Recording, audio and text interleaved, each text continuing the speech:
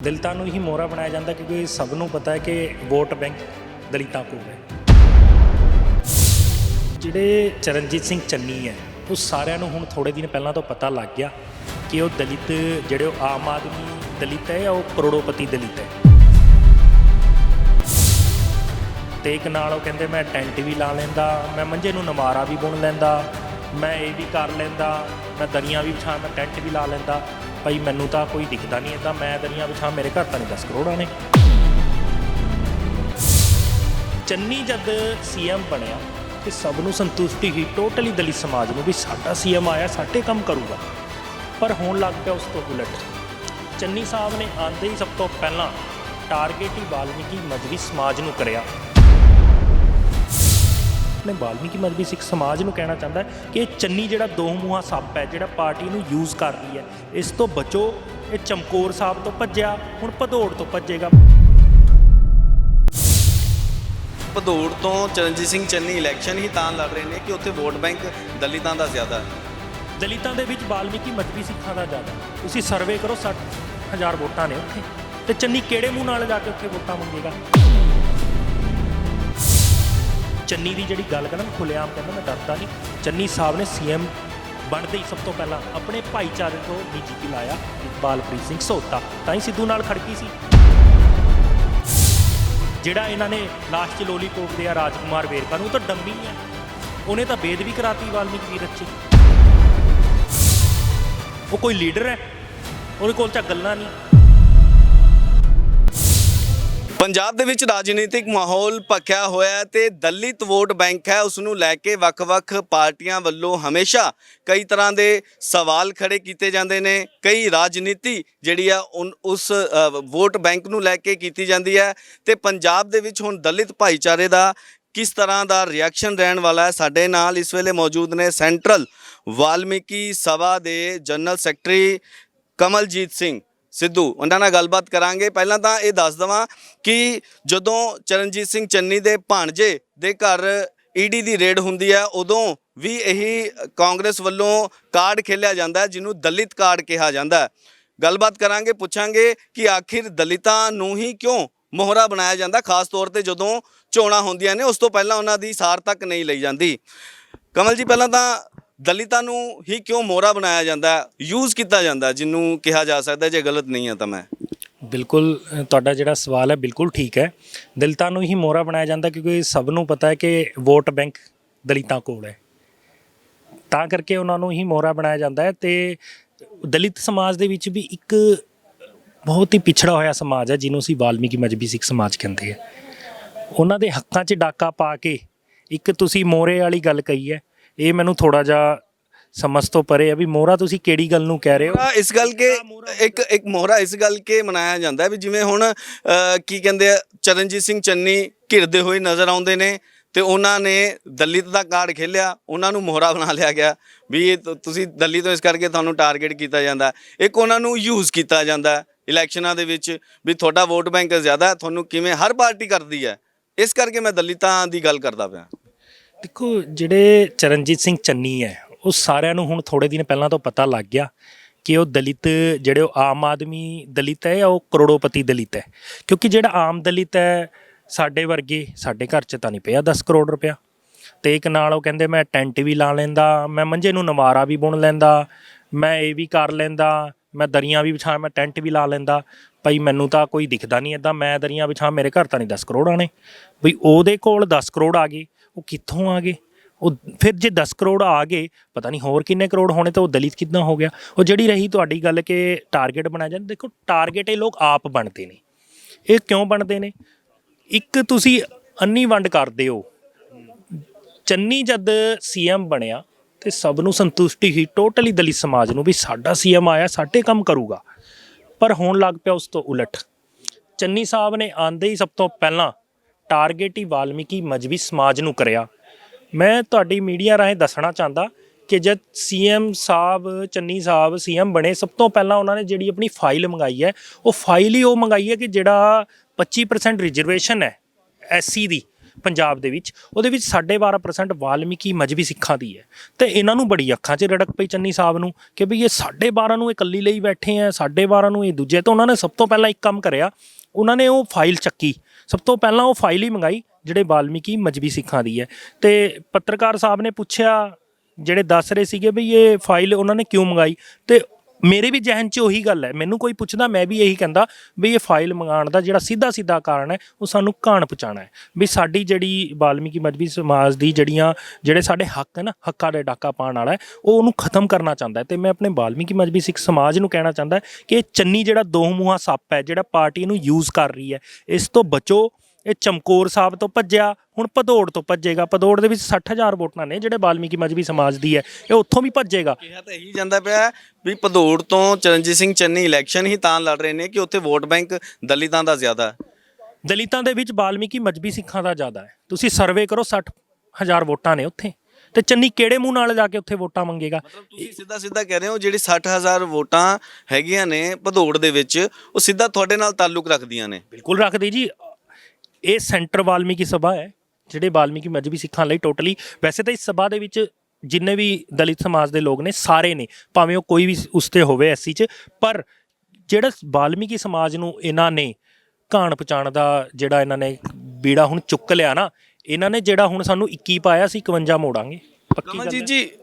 ਦਲਿਤਾਂ ਨੂੰ ਲੈ ਕੇ ਇੱਕ ਮਤਲਬ ਹੁਣ ਉਹ ਮਾਹੌਲ ਨਹੀਂ ਰਹਿ ਗਿਆ ਵੀ ਜਿੱਥੇ ਪੱਖਪਾਤ ਕੀਤਾ ਜਾਵੇ, ਕਿਉਂਕਿ ਹਮੇਸ਼ਾ ਇੱਕ ਕੈਟਾਗਰੀ ਦੇ ਵਿੱਚ ਇਹ ਦੇਖਿਆ ਜਾਂਦਾ ਸੀ ਵੀ ਦਲਿਤਾਂ ਨਾਲ ਹਮੇਸ਼ਾ ਮਤਲਬ ਤੇਰ ਮੇਰ ਦੀ ਜਿਹੜੀ ਆ ਉਹ ਚੱਲਦੀ ਪ੍ਰਥਾ ਅੱਜ ਵੀ ਚੱਲਦੀ ਹੈ। ਕਈ ਅਗਰ ਮੈਂ ਰਾਜਸਥਾਨ ਵਾਲੇ ਪਾਸੇ ਦੀ ਗੱਲ ਕਰਾਂ, ਹਰਿਆਣਾ ਦੇ ਵਿੱਚ ਵੀ ਕਈ ਥਾਵਾਂ ਤੇ ਅਜਿਹਾ ਹੈ ਕਿ ਉਹਨਾਂ ਨੂੰ ਉਸ ਨਜ਼ਰ ਨਾਲ ਨਹੀਂ ਦੇਖਿਆ ਜਾਂਦਾ। ਬਾਵਜੂਦ ਇਸ ਦੇ ਹੁਣ ਤੁਸੀਂ ਵੈਸੇ ਤਾਂ ਮੈਂ ਤੁਹਾਨੂੰ ਇਹੀ ਪੁੱਛਣਾ ਚਾਹੁੰਦਾ ਵੀ ਹੁਣ ਕਿਸ ਤਰ੍ਹਾਂ ਦਾ ਮਾਹੌਲ ਹੈ ਕਿ ਅਗਰ ਪੂਰੇ ਇੰਡੀਆ ਦੀ ਗੱਲ ਕੀਤੀ ਜਾਵੇ ਤਾਂ ਅੱਜ ਵੀ ਉਸੇ ਰਾਹ 'ਤੇ ਲੋਕ ਚੱਲ ਰਹੇ ਨੇ, ਜਾਂ ਉਸੇ ਰਾਹ 'ਤੇ ਜਿਹੜੇ ਅੱਪਰ ਔਰ ਲੋਅਰ ਦਾ ਜਿਹੜਾ ਡਿਸਕ੍ਰਿਮੀਨੇਸ਼ਨ ਕੀਤਾ ਜਾਂਦਾ ਉਹ ਚੱਲਦਾ ਪਿਆ ਦਲਿਤਾਂ ਨਾਲ ਖਾਸ ਤੌਰ 'ਤੇ? ਬਿਲਕੁਲ ਚੱਲ ਰਿਹਾ ਹੈ। ਸਰਕਾਰਾਂ ਜਿੰਨੀਆਂ ਵੀ ਕਹਿਣ ਵੀ ਨਹੀਂ ਚੱਲ ਰਿਹਾ, ਬਿਲਕੁਲ ਚੱਲ ਰਿਹਾ। ਡਿਸਕ੍ਰਿਮੀਨੇਸ਼ਨ ਹੈ, ਪੜ੍ਹੇ ਲਿਖਿਆਂ ਨਾਲ ਵੀ ਹੈ, ਕਾਲਜਾਂ ਵਿੱਚ ਵੀ ਹੈ, ਯੂਨੀਵਰਸਿਟੀਆਂ ਵਿੱਚ ਵੀ ਹੈ, ਆਪਣਾ ਅਦਾਲਤਾਂ ਵਿੱਚ ਵੀ ਹੈ, ਚਾਰੇ ਪਾਸੇ ਜਿੱਥੇ ਤੁਸੀਂ ਦੇਖੋਗੇ, ਨਜ਼ਰ ਮਾਰੋਗੇ, ਬਸ ਕੁਝ ਸਾਹਮਣੇ ਆ ਜਾਂਦੇ ਨੇ, ਕੁਝ ਆਵਾਜ਼ ਚੱਕ ਲੈਂਦੇ ਨੇ, ਤੇ ਕਈਆਂ ਦੀ ਵਿਚਾਰਿਆਂ ਦੀ ਆਵਾਜ਼ ਦੱਬੀ ਜਾਂਦੀ ਹੈ। ਹੁਣ ਯੂਪੀ ਦੇ ਵਿੱਚ ਹਾਥਰਸ ਕਾਂਡ ਜਿਹੜਾ ਨੇ, ਇੰਨਾ ਵੱਡਾ ਕਾਂਡ ਹੈ, ਉਹਨੂੰ ਲੈ ਕੇ ਹੁਣ ਕੋਈ ਸਾਰ ਲੈਣ ਵਾਲਾ ਨਹੀਂ ਹੈ। ਬਸ ਇੱਕ ਜ਼ਿੰਦਗੀ ਉਹਨਾਂ ਦੀ 1-2 ਕਮਰਿਆਂ 'ਚ ਸੀਮਿਤ ਰਹਿ ਗਈ। CRP ਲਾਈ ਹੋਈ ਹੈ, ਨਾ ਕਿਸੇ ਨੂੰ ਮਿਲਣ ਦਿੰਦੇ, ਨਾ ਕਿਸੇ ਨੂੰ ਜਾਣ ਦਿੰਦੇ। ਜਿਹੜੇ ਪੱਖਪਾਤ ਹੈ, ਇਹ ਤਾਂ ਮੰਨਣਾ ਪਏਗਾ ਕਿ ਹੈ, ਡਿਸਕ੍ਰਿਮੀਨੇਸ਼ਨ ਤਾਂ ਹੈ, ਉਹਨੂੰ ਤੁਸੀਂ ਖਤਮ ਵਾਲਮੀਕੀ ਭਾਈਚਾਰੇ ਨਾਲ, ਖਾਸ ਕਰ ਵਾਲਮੀਕੀ ਭਾਈਚਾਰੇ ਨਾਲ। ਉਹ ਸਭ ਤੋਂ ਵੱਡੀ ਮੰਦਭਾਗੀ ਗੱਲ ਤਾਂ ਇਹ ਹੈ ਕਿ ਵਾਲਮੀਕੀ ਭਾਈਚਾਰੇ ਨਾਲ ਡਿਸਕ੍ਰਿਮੀਨੇਸ਼ਨ ਅੱਜ ਪੰਜਾਬ ਦੇ ਵਿੱਚ ਉਹ ਕਰ ਰਿਹਾ ਜਿਹੜਾ ਆਪ ਦਲਿਤ ਹੈ, ਜਿਸ ਸਮਾਜ ਤੋਂ ਚੰਨੀ ਆਉਂਦਾ ਹੈ, ਉਹ ਸਮਾਜ ਕਰ ਰਿਹਾ ਡਿਸਕ੍ਰਿਮੀਨੇਸ਼ਨ। ਤੇ ਚੰਨੀ ਦੀ ਜਿਹੜੀ ਗੱਲ ਕਰਾਂ, ਮੈਂ ਖੁੱਲ੍ਹੇਆਮ ਕਹਿੰਦਾ, ਮੈਂ ਡਰਦਾ ਨਹੀਂ। ਚੰਨੀ ਸਾਹਿਬ ਨੇ CM ਬਣਦੇ ਹੀ ਸਭ ਤੋਂ ਪਹਿਲਾਂ ਆਪਣੇ ਭਾਈਚਾਰੇ ਤੋਂ DGP ਲਾਇਆ ਇਕਬਾਲਪ੍ਰੀਤ ਸਿੰਘ ਸੋਹਤਾ, ਤਾਂ ਹੀ ਸਿੱਧੂ ਨਾਲ ਖੜਕੀ ਸੀ। ਫਿਰ IAS ਲਾਇਆ ਪ੍ਰਿੰਸੀਪਲ ਸੈਕਟਰੀ ਹੁਸਨ ਲਾਲ। ਕਿਉਂ? ਅੰਨਾ ਵੰਡੇ ਰੇਵੜੀਆ ਘੁੰਮ ਆਪਣਿਆਂ ਨੂੰ ਦੇ। ਕਿਉਂ? ਵਾਲਮੀਕੀ ਮਜ਼੍ਹਬੀ ਸਮਾਜ ਤੋਂ ਨਹੀਂ ਕੋਈ IPS ਹੈ ਜਾਂ ਕੋਈ ਹੋਰ ਮੰਤਰੀ ਬਣਨ ਲਈ ਹੈ। ਜਿਹੜਾ ਇਹਨਾਂ ਨੇ ਲਾਸਟ 'ਚ ਲੋਲੀਪੋਪ ਦੇ ਆ ਰਾਜਕੁਮਾਰ ਵੇਰਕਾ ਨੂੰ, ਉਹ ਤਾਂ ਡੰਮੀ ਹੈ, ਉਹਨੇ ਤਾਂ ਬੇਦ ਵੀ ਕਰਾਤੀ ਵਾਲਮੀਕੀ ਤੀਰਥ 'ਚ। ਉਹ ਕੋਈ ਲੀਡਰ ਹੈ? ਉਹਦੇ ਕੋਲ ਤਾਂ ਗੱਲਾਂ ਨਹੀਂ। ਉਹ ਤਾਂ ਇੰਨਾ ਵੱਡਾ ਤਾਂ ਤਿਲਕ ਸਵੇਰੇ ਲਾ ਕੇ ਨਿਕਲਦਾ। ਉਹਨੂੰ ਜਦੋਂ SC ਕਮਿਸ਼ਨ ਸੀਗਾ ਵਾਈਸ ਚੇਅਰਮੈਨ, ਤਾਂ ਉਹਨੇ ਕੋਈ ਕੰਮ ਨਹੀਂ ਕਰਿਆ। ਹੁਣ ਮੰਤਰੀ ਬਣਨ ਤੋਂ ਬਾਅਦ ਵੀ ਉਹਨੇ ਕੋਈ ਕੰਮ ਨਹੀਂ ਕਰਿਆ। ਉਹਨੂੰ ਅਸੀਂ ਖਾਸ ਕਰ ਦੂਜੇ ਦਲਿਤ ਮੰਨਦੇ ਹੋਣੇ ਉਹਨੂੰ ਲੀਡਰ, ਸਾਡਾ ਵਾਲਮੀਕੀ ਮਜ਼੍ਹਬੀ ਸਮਾਜ ਉਹਨੂੰ ਲੀਡਰ ਨਹੀਂ ਮੰਨਦਾ। ਨਹੀਂ, ਤੁਹਾਡੇ ਪੁਆਇੰਟ ਆਫ ਵਿਊ ਨਾਲ ਜਿੰਦੇ ਕੋਲੋਂ ਪੈਸੇ ਆ ਉਹ ਦਲਿਤ ਨਹੀਂ ਹੈ, ਜਿੰਦੇ ਕੋਲੋਂ ਪੈਸੇ ਨਹੀਂ ਆ ਉਹ ਦਲਿਤ ਹੈ, ਤੁਹਾਡੇ ਪੁਆਇੰਟ ਆਫ ਵਿਊ ਨਾਲ?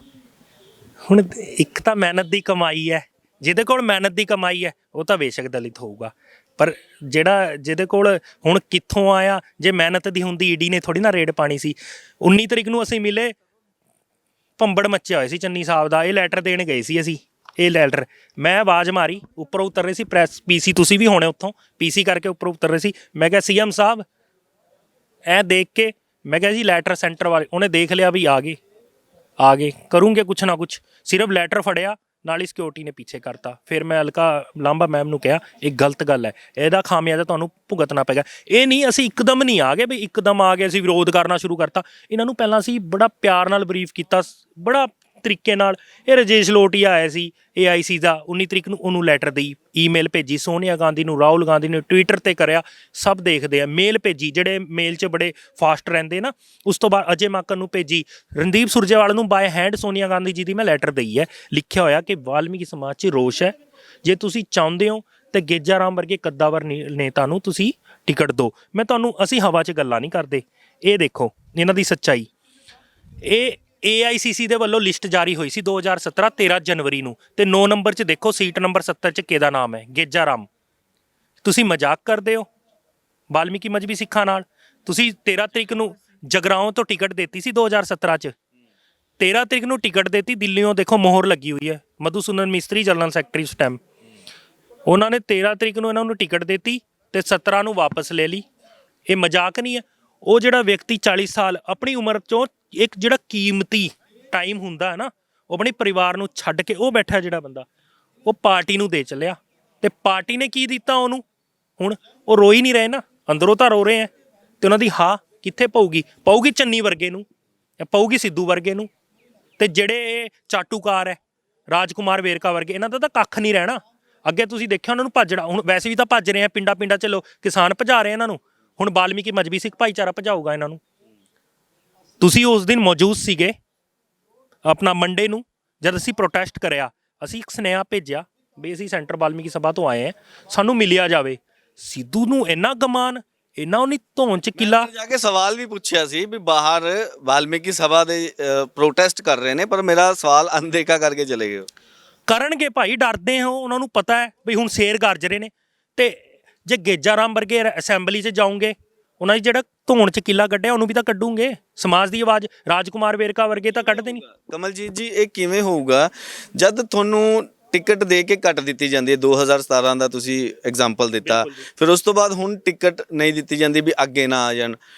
ਤੁਸੀਂ ਕਿਸ ਤਰ੍ਹਾਂ ਦੇਖਦੇ ਹੋ ਵੀ ਇਹ ਮੈਨੇਜ ਕਿਵੇਂ ਕਰੋਗੇ? ਕਿਵੇਂ ਸਾਰਾ ਸਿਸਟਮ ਹੈ ਉਹਨੂੰ ਚੇਂਜ ਕਰਨ ਦੀ ਤਬਦੀਲੀ? ਕਦੋਂ ਦਲਿਤਾਂ ਦੇ ਬਾਰੇ ਰਾਜਨੀਤਿਕ ਪਾਰਟੀਆਂ ਸੋਚਣਗੀਆਂ? ਕਿਉਂਕਿ ਹਰ ਪਾਰਟੀ ਨੇ ਆਪਣਾ ਇੱਕ ਸੈੱਲ ਬਣਾਇਆ ਹੋਇਆ, ਦਲਿਤ ਸੈੱਲ ਜਾਂ ਦਲਿਤ ਵਿੰਗ, ਕੁਛ ਇਸ ਕਰਕੇ। ਵਾਅਦੇ ਵੀ ਬਹੁਤ ਕੀਤੇ ਜਾਂਦੇ ਨੇ, ਦਾਅਵੇ ਵੀ ਬਹੁਤ ਕੀਤੇ ਜਾਂਦੇ ਨੇ, ਪਰ ਗਰਾਊਂਡ ਰਿਐਲਿਟੀ ਕੁਝ ਹੋਰ ਹੁੰਦੀ ਹੈ। ਉਹ ਜਿਹੜੇ ਸੈੱਲ ਬਣਾਏ ਹੋਏ ਉਹ ਸਾਡੀ ਪਛਾਣ ਦਿਖਾਉਂਦੇ ਆ। ਅਸੀਂ ਤਾਂ ਸਾਰੀ ਪਛਾਣ ਤਾਂ ਸਭ ਨੂੰ ਹੀ ਪਤਾ, ਟੋਟਲੀ ਪਤਾ ਵੀ ਜਿਹੜਾ ਇਸ ਸੈੱਲ 'ਚ ਜਾਊਗਾ ਉਹ ਆਲਰੇਡੀ SC ਹੈ, ਕਿ ਪਾਰਟੀ ਨੂੰ ਪਤਾ ਨਹੀਂ ਅਸੀਂ SC ਹੈ। ਫਿਰ ਸਾਨੂੰ ਕਾਹਨੂੰ ਇਹ ਜਰਾਂਦੇ ਨੇ ਬਾਰ-ਬਾਰ SC ਸੈੱਲ ਬਣਾ ਕੇ ਬਈ SC ਸੈੱਲ 'ਚ ਪਾਤਾ, ਜਾਂ ਸਾਨੂੰ ਬਸ ਲੋਲੀਪੌਪ ਇਹੀ ਦਿੰਦੇ ਨੇ, SC ਕਮਿਸ਼ਨ ਦਿੱਤਾ ਜਾਂ ਉਹ ਆਪਣਾ ਸਫਾਈ ਕਮਿਸ਼ਨ ਦਿੱਤਾ, ਤੇ ਉਸ 'ਤੇ ਵੀ ਜਿਹੜਾ ਉਹ ਸੰਵਿਧਾਨਿਕ ਤੌਰ 'ਤੇ ਕਹਿੰਦੇ ਬਈ ਪਾਵਰ ਹੁੰਦੀ ਹੈ, ਉਹ ਵੀ ਪਾਵਰ ਆਪਣੇ ਕੋਲ ਸਿਰਫ ਇੱਕ ਲੋਲੀਪੌਪ ਰੱਖਦੇ। ਤੇ ਹੁਣ ਉਹ ਟਾਈਮ ਗਿਆ ਜਦ ਤੁਸੀਂ ਇਹਨਾਂ ਨੂੰ ਸਫਾਈ ਕਮਿਸ਼ਨ ਤੇ SC ਕਮਿਸ਼ਨ ਦੇ ਦਿੰਦੇ ਸੀ। ਹੁਣ ਹੱਕਾਂ ਦੀ ਲੜਾਈ ਹੋਏਗੀ, ਬਰਾਬਰ ਦੀ ਲੜਾਈ ਹੋਏਗੀ। ਹੁਣ ਵਿਧਾਨ ਸਭਾ ਤੇ ਲੋਕ ਸਭਾ ਜਾਣ ਦੀ ਲੜਾਈ ਹੋਏਗੀ। ਜਿਹੜੇ ਅਧਿਕਾਰ ਬਾਬਾ ਸਾਹਿਬ ਨੇ ਸਾਨੂੰ ਦੇ ਨੇ, ਹੁਣ ਇਹਨਾਂ ਦੇ ਗਲ 'ਚ ਗੁੱਠਾ ਰੱਖ ਕੇ ਲੈਣੇ ਆ। ਹੁਣ ਮੰਗਣੇ ਨਹੀਂ, ਹੱਕ ਮੰਗਣ ਨਾਲ ਨਹੀਂ ਮਿਲਦਾ, ਹੁਣ ਤਾਂ ਛਿੰਨਾ ਪੈਂਦਾ ਹੈ। ਤੇ 2017 'ਚ ਅਸੀਂ ਚੁੱਪ ਬੈਠ ਗਏ ਸੀਗੇ, ਤੁਹਾਡੇ ਸਾਹਮਣੇ ਅਸੀਂ ਸਬੂਤ ਦਿਆ, ਟਿਕਟ ਮਿਲੀ ਹੈ, ਅਸੀਂ ਹਵਾ 'ਚ ਨਹੀਂ ਕਹਿ ਰਹੇ, ਮਿਲੀ ਹੈ ਤੇ ਬਕਾਇਦਾ ਮੋਹਰ ਲੱਗੀ ਹੋਈ ਹੈ 24 ਅਕਬਰ ਰੋਡ ਤੋਂ। ਤੇ 17 ਦੇ ਵਿੱਚ ਇਹਨਾਂ ਨੇ ਕੱਟੀ ਗਈ ਤੇ ਇਹਨਾਂ ਨੂੰ ਮਜ਼ਾਕ ਕਰਿਆ ਜਾਂਦਾ, ਇਹਨਾਂ ਨੂੰ ਕਹਿ ਦਿੱਤਾ ਜਾਂਦਾ ਵੀ ਤੁਸੀਂ ਐਂ ਕਰੋ, ਤਿਆਰੀ ਰੱਖੋ। ਜਿਹੜੇ ਪੂਰਵ CM ਸੀ ਉਹਨਾਂ ਨੇ ਇਹਨਾਂ ਨੂੰ ਭੇਜਤਾ ਵੀ ਗੇਜਾ ਰਾਮ ਜੀ ਤੁਸੀਂ ਤਿਆਰੀ ਰੱਖੋ, ਜਗਰਾਓਂ ਜਾਓ। ਤੇ 5 ਸਾਲ ਉੱਥੇ ਲਗਾਉਂਦੇ ਨੇ, ਪਾਰਟੀ ਦਾ ਪ੍ਰਚਾਰ ਕਰਦੇ ਨੇ। ਮੈਂ ਪਾਰਟੀ ਦਾ ਵਰਕਰ ਨਹੀਂ ਹਾਂ, ਮੈਂ ਆਲ ਇੰਡੀਆ ਸੈਂਟਰ ਵਾਲਮੀਕੀ ਸਭਾ ਨਾਲ ਜੁੜਿਆ ਹੋਇਆ, ਮੈਂ ਆਲ ਇੰਡੀਆ ਦਾ ਜਨਰਲ ਸੈਕਟਰੀ ਹਾਂ। ਹੁਣ ਤੁਹਾਡਾ ਕੀ ਪਲਾਨ ਹੈਗਾ, ਕਿਵੇਂ? ਕਿਉਂਕਿ ਹੁਣ ਤਾਂ ਕੁਝ ਹੋ ਵੀ ਨਹੀਂ ਸਕਦਾ ਜੇ ਤੁਸੀਂ ਆਪਣੇ ਕੱਚੇ ਮੁਲਾਜ਼ਮਾਂ ਨੂੰ ਪੱਕੇ ਕਰਨ ਦੀ ਗੱਲ ਕਰਦੇ ਪਏ। ਹੁਣ ਤਾਂ ਕੋਈ ਅਜਿਹਾ, ਤੁਸੀਂ ਇਹ ਦੱਸੋ ਹੁਣ ਤੁਹਾਡੇ ਵੱਲੋਂ ਪ੍ਰੋਟੈਸਟ ਜਾਂ ਵਿਰੋਧ ਕਿਵੇਂ ਕੀਤਾ ਜਾਊਗਾ? ਦੇਖੋ ਪ੍ਰੋਟੈਸਟ ਰੇਖਾ ਕੀ ਰਹੂਗੀ? ਸਾਰੇ ਪੰਜਾਬ 'ਚ ਤੁਸੀਂ ਦੇਖ ਵੀ ਰਹੇ ਹੋ, ਪੁਤਲਾ ਸਾੜਿਆ ਜਾ ਰਿਹਾ, ਵਿਰੋਧ ਹੋ ਰਿਹਾ ਜਗ੍ਹਾ ਜਗ੍ਹਾ ਇਹਨਾਂ ਤੇ ਉੱਥੇ ਵੀ ਹੋ ਰਿਹਾ ਸੀ, ਪਰ ਸੋਮਵਾਰ ਨੂੰ ਵੀ ਹੋਇਆ ਸੀ ਤੇ ਅੱਗੇ ਵੀ ਜਾਰੀ ਰਹੇਗਾ। ਅਬ ਹੁਣ ਸਾਡੀ ਮੀਟਿੰਗ ਹੋਏਗੀ ਪੰਜਾਬ ਭਰ ਦੀ, ਜਿੰਨੇ ਵੀ ਸਾਡੇ ਆਗੂ ਨੇ, ਸਰਪੰਚ ਨੇ ਜਾਂ ਹੋਰ MC ਨੇ, ਜਿਹੜੇ ਸਾਡੀ ਸੰਸਥਾ ਨਾਲ ਜੁੜੇ ਨੇ ਵਾਲਮੀਕੀ ਸਮਾਜ ਨੇ, ਅਸੀਂ ਅੱਗੇ ਦੀ ਰੂਪ ਰੇਖਾ ਤਿਆਰ ਕਰਾਂਗੇ। ਕਮਲ ਜੀ, ਜਿਹੜੀ ਤੁਸੀਂ ਗੱਲ ਕਰ ਰਹੇ ਹੋ ਵੀ ਨਾਅਰੇ ਲਾ ਦੇਣੇ, ਪੁਤਲਾ ਸਾੜ ਦੇਣਾ, ਪ੍ਰੋਟੈਸਟ ਕਰਨਾ, ਇੱਥੋਂ ਤੱਕ ਸੀਮਿਤ ਹੈ? ਜੇ ਤੁਸੀਂ ਮੰਨਦੇ ਹੋ ਕਿ ਲੋਕ ਇਸ ਤੋਂ ਬਾਅਦ ਅਵੇਅਰ ਹੋ ਪਾਉਣਗੇ, ਖਾਸ ਤੌਰ ਤੇ ਦਲਿਤ ਭਾਈਚਾਰੇ ਦੇ ਲੋਕ? ਤਾਂ ਉਹ ਜਦੋਂ ਉਹ ਬਟਨ ਦੱਬੂਗਾ ਉਦੋਂ ਪਤਾ ਲੱਗ ਜਾਊਗਾ, ਜਦੋਂ ਰਿਜ਼ਲਟ ਆਊਗਾ ਨਾ, ਕਿ ਸਾਡਾ ਅਵੇਅਰਨੈਸ, ਸਾਡਾ ਜਿਹੜਾ ਹੈ ਆਪਣੇ, ਉਹ ਤਾਂ ਦੇਖੋ ਜਿੰਨਾ 'ਚ ਰੋਸ਼ ਹੈ ਉਹ ਤਾਂ ਘਟਣਾ ਹੀ ਹੈ, ਠੀਕ ਹੈ। ਜਦ ਸਿੱਧੂ ਸਾਹਿਬ ਵਰਗੇ ਮੂੰਹ ਫੇਰ ਕੇ ਜਾਣਗੇ ਤੇ ਅਸੀਂ ਕੀ ਕਰਾਂਗੇ? ਤੁਹਾਡੇ ਸਾਹਮਣੇ ਹੈ, ਤੁਸੀਂ ਤਾਂ ਮੌਜੂਦ ਸੀਗੇ, ਸਾਰੇ ਪੱਤਰਕਾਰ ਭਾਈ ਸਾਡੇ ਮੌਜੂਦ ਸੀਗੇ, ਤੇ ਤੁਹਾਡਾ ਬਹੁਤ ਬਹੁਤ ਧੰਨਵਾਦ ਕਿ ਤੁਸੀਂ ਉਹਨਾਂ ਨੂੰ ਸਵਾਲ ਤਾਂ ਚੁੱਕਿਆ ਤੁਸੀਂ ਸਵਾਲ ਚੁੱਕਿਆ ਤੇ ਤੁਸੀਂ ਇੱਥੋਂ ਹੀ ਲਾ ਲਓ ਕਿ ਉਹ ਬੰਦਾ ਕਿੱਦਾਂ ਦਾ, ਉਹ ਘਮੰਡੀ ਬੰਦਾ ਹੈ। ਉਹ ਉਹੀ ਸਭ ਤੋਂ ਪਹਿਲਾਂ ਆਇਆ ਸੀ ਨਾ ਲੈ ਕੇ ਇੱਕ ਨਾਰਾ ਕਿ ਭਾਈ ਆਪਣਾ ਇੱਕ ਪਰਿਵਾਰ ਇੱਕ ਟਿਕਟ। ਹੁਣ ਮੈਂ ਪੁੱਛਣਾ ਚਾਹੁੰਦਾ, ਚਾਚਾ ਭਤੀਜੇ ਨੂੰ ਟਿਕਟ ਅਮਰਗੜ੍ਹ ਤੋਂ ਕਿਵੇਂ ਦੱਸੋਗੇ? ਸੁਮਿਤ ਸਿੰਘ ਨੂੰ ਜਿਹੜੀ ਟਿਕਟ ਦਈ ਹੈ ਉਹ ਕਿਸ ਕਰਕੇ ਮਿਲੀ ਹੈ? ਗੇਜਾ ਰਾਮ ਵਰਗੇ ਨੂੰ ਤਾਂ ਨਹੀਂ ਦਈ, 40 ਸਾਲ ਲਾਏ ਆ। ਸੁਮਿਤ ਨੇ ਤਾਂ ਮਸਾਂ ਮਹੀਨਾ ਵੀ ਨਹੀਂ ਲਾਇਆ ਹੋਣਾ। ਉਹ ਤਾਂ ਮੈਂ ਜਦ ਵੀ ਦੇਖਿਆ ਕਦੇ ਕਦਾਰ ਦਿਖਦਾ ਹੈ ਸਿੱਧੂ ਸਾਹਿਬ ਨਾਲ ਡਰਾਈਵ ਕਰਦਾ ਹੋਇਆ। ਡਰਾਈਵ ਕਰਨ ਨਾਲ ਟਿਕਟ ਮਿਲ ਜਾਂਦੀ ਹੈ, ਕਮਾਲ ਹੈ ਬਾਈ। ਇੱਕ ਟਿਕਟ ਇੱਕ ਘਰ ਇੱਕ ਟਿਕਟ ਦੀ ਗੱਲ ਚੱਲ ਰਹੀ ਸੀ।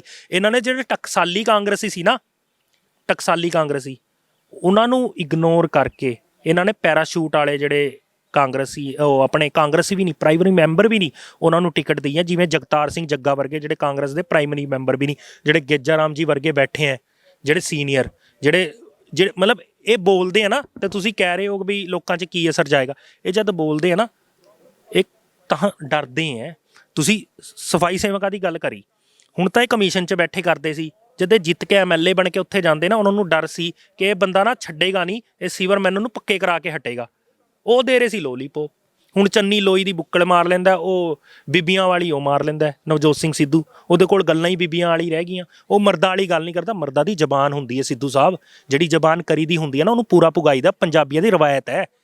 ਤੁਸੀਂ ਐਂ ਹੀ ਨਾ ਪੰਜਾਬੀਆਂ ਨੂੰ ਬਦਨਾਮ ਕਰੋ, ਖਾਸ ਕਰ ਤੁਸੀਂ ਟਾਰਗੇਟ ਕਰ ਰਹੇ ਹੋ ਚੰਨੀ ਨਾਲ ਲੱਗ ਕੇ। ਇਹ ਤਾਂ ਚੰਨੀ ਵੈਸੇ ਰੋਇਆ ਫਿਰਦਾ, ਇਹਦਾ ਈਡੀ ਨੇ ਮੱਤ ਮਾਰੀ ਪਈ ਹੈ ਜਿਹੜੀ ਹੈ। ਹੁਣ ਅਸੀਂ ਤੁਹਾਡੇ ਰਾਹੀਂ ਆਪਣੇ ਸਮਾਜ ਨੂੰ ਬੇਨਤੀ ਕਰਾਂਗੇ ਕਿ ਇਹਨਾਂ ਨੂੰ 51 ਮੋੜਨੇ। ਉਹ ਕਿੱਦਾਂ ਮੋੜਨੇ ਤੁਸੀਂ ਚੰਗੀ ਤਰ੍ਹਾਂ ਜਾਣਦੇ ਹੋ, ਕਹਿਣ ਦੀ ਲੋੜ ਨਹੀਂ। ਬਹੁਤ ਧੰਨਵਾਦ। ਸੋ ਕਮਲਜੀਤ ਸਿੰਘ ਸਿੱਧੂ ਜੋ ਕਿ ਸੈਂਟਰਲ ਵਾਲਮੀਕੀ ਸਭਾ ਦੇ ਜਨਰਲ ਸੈਕਟਰੀ ਨੇ, ਜਿਨ੍ਹਾਂ ਨੇ ਦੱਸਿਆ ਕਿ ਕਿਸ ਤਰੀਕੇ ਦੇ ਨਾਲ ਦਲਿਤਾਂ ਨਾਲ ਭੇਦਭਾਵ ਕੀਤਾ ਆ ਰਿਹਾ, ਭੇਦਭਾਵ ਕੀਤਾ ਜਾ ਰਿਹਾ ਹੈ। ਹੁਣ ਅਗਲੀ ਰਣਨੀਤੀ ਇਹਨਾਂ ਦੀ ਇਹੀ ਹੈ ਕਿ ਇਹਨਾਂ ਵੱਲੋਂ ਮੁੱਖ ਮੰਤਰੀ ਚਰਨਜੀਤ ਸਿੰਘ ਚੰਨੀ ਦੇ ਖਿਲਾਫ ਮੋਰਚਾ ਖੋਲ੍ਹ ਦਿੱਤਾ ਗਿਆ ਤੇ ਤਮਾਮ ਪੂਰੇ ਪੰਜਾਬ ਦੇ ਵਿੱਚ ਇਹਨਾਂ ਵੱਲੋਂ ਇਹ ਕਿਹਾ ਜਾ ਰਿਹਾ ਹੈ ਕਿ ਪ੍ਰੋਟੈਸਟ ਕੀਤੇ ਜਾਣਗੇ, ਲੋਕਾਂ ਨੂੰ ਜਾਗਰੂਕ ਕੀਤਾ ਜਾਏਗਾ ਕਿ ਕੌਣ ਉਹਨਾਂ ਦੇ ਹੱਕਾਂ ਦੇ ਲਈ ਖੜਾ ਹੈ ਤੇ ਕੌਣ ਨਹੀਂ। ਕੈਮਰਾਮੈਨ ਰਮੇਸ਼ ਦੇ ਨਾਲ ਪ੍ਰਹਲਾਦ ਸੰਗੇਲੀਆ, ਦਾ ਸਟੋਰੀ ਟੀਵੀ, ਚੰਡੀਗੜ੍ਹ।